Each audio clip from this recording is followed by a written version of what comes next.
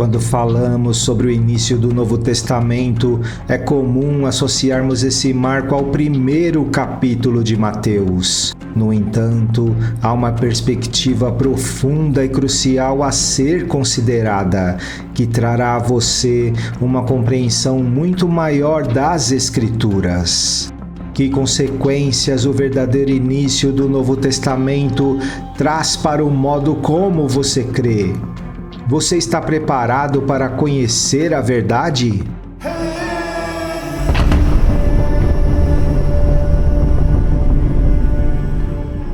Antes de tudo, precisamos entender que um testamento somente passa a vigorar quando há a morte do testador, a morte daquele que fez o testamento, pois enquanto há vida, aquele testamento não tem validade. Partindo desse princípio, fica claro que o Novo Testamento não inicia em Mateus capítulo 1. Veja o que diz neste texto. Por esta razão, Cristo é o mediador de uma nova aliança, para que os que são chamados recebam a promessa da herança eterna, visto que ele morreu como resgate pelas transgressões cometidas sob a primeira aliança. No caso de um testamento, é necessário que comprove a morte daquele que o fez, pois um testamento só é válido no caso de morte, uma vez que nunca vigora enquanto está vivo aquele que o fez. Como pudemos observar, o autor de Hebreus afirma exatamente que, para um testamento entrar em vigor, precisa ter a morte do testador. É necessário que comprove a morte daquele que o fez, pois enquanto houver vida, o testamento não terá nenhum valor. Sendo assim, a nova aliança ainda não estava plenamente estabelecida. Veja agora um pouco sobre a vida terrena de Cristo. Durante sua vida na terra, Jesus estava debaixo da lei, da antiga aliança, o Antigo Testamento. Ele veio para cumprir toda a lei em nosso lugar, pois pela lei ninguém pode ser salvo. Desta forma, nos resgatou desta maldição, como é afirmado em Gálatas capítulo 3, versículo 10. Já os que são pela prática da lei estão debaixo de maldição, pois está escrito: maldito todo aquele que não persiste em praticar todas as coisas escritas no livro da lei. Quando Jesus disse que não veio anular a lei, mas cumpri-la, era exatamente por esse motivo. A nova aliança ainda não estava em vigor. Sendo assim, Cristo apresentou sacrifícios no templo, foi circuncidado e fazia tudo conforme a lei do Senhor, desde pequeno. Contudo, toda a sua vida humana ocorreu debaixo da antiga aliança. Você se lembra das últimas palavras do Senhor na cruz? Ele disse: "Está consumado." Dito isso, curvou a cabeça e entregou o Espírito. Após esse acontecimento, o véu do templo se rasgou de cima a baixo. Naquele exato momento, entrava em vigor o Novo Testamento.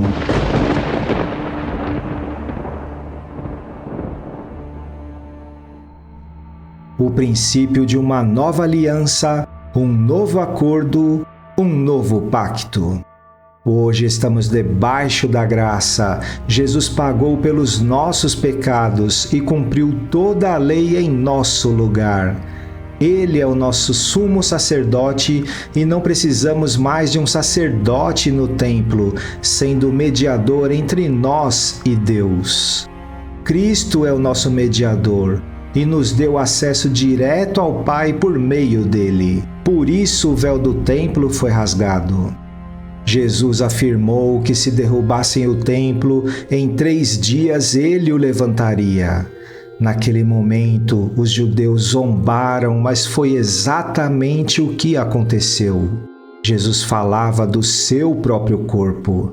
Ele morreu e ressuscitou ao terceiro dia. Cristo é o centro do Antigo e do Novo Testamento. A palavra de Deus foi escrita tendo Jesus como centro de toda a revelação. Moisés, os profetas, os fatos históricos, tudo falava de Jesus. A antiga aliança é importante, pois preparou o caminho para a nova aliança. Aponta para uma aliança superior, inquebrável e perfeita, da qual nós, os cristãos, estamos debaixo. Observe os seguintes versículos.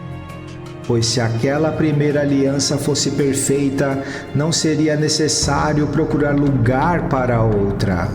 Chamando nova esta aliança, ele tornou antiquada a primeira, e o que se torna antiquado e envelhecido está a ponto de desaparecer. Ele cancela o primeiro para estabelecer o segundo. A cruz de Cristo separa o Antigo do Novo Testamento. É exatamente na cruz que entra em vigor o Novo Testamento. Nossa justificação vem pela fé e não depende da lei, em absolutamente nenhum ponto. Pense o que foi dito em Mateus capítulo 9 sobre colocar remendo novo em veste velha e vinho novo em odre velha. Jesus certamente não estava preocupado com vestes ou vasilhas de couro. Veja, ninguém põe remendo de pano novo em roupa velha, pois o remendo forçará a roupa, tornando pior o rasgo. Nem se põe vinho novo em vasilhas de couro velhas. Se o fizer, as vasilhas se rebentarão, o vinho se derramará e as vasilhas se estragarão. Pelo contrário, põe-se vinho novo em vasilhas de couro novas, e ambos se conservam. Ele quis salientar que não devemos misturar o que existia na velha aliança com a nova. Confira agora o que diz em Gálatas. Eu gostaria de estar com vocês agora e mudar o meu tom de voz, pois estou perplexo quanto a vocês. Digam-me vocês, os que querem estar debaixo da lei, acaso vocês não ouvem a lei? Pois está escrito que Abraão teve 2 filhos, um da escrava e outro da livre. O filho da escrava nasceu de modo natural, mas o filho da livre nasceu mediante promessa. Isso é usado aqui como uma ilustração. Essas mulheres representam 2 alianças. Uma aliança procede do Monte Sinai e gera filhos para a escravidão. Esta é Agar. Agar representa o Monte Sinai, na Arábia, e corresponde à atual cidade de Jerusalém, que está escravizada com seus filhos. Mas a Jerusalém do alto é livre, e essa é a nossa mãe. Pois está escrito: regozije-se, ó estéril, você que nunca teve um filho, grite de alegria, você que nunca esteve em um trabalho de parto, porque mais são os filhos da mulher abandonada do que os daquela que tem marido. Vocês, irmãos, são filhos da promessa, como Isaque. Naquele tempo, o filho nascido de modo natural perseguia o filho nascido segundo o Espírito. O mesmo acontece agora, mas o que diz a Escritura?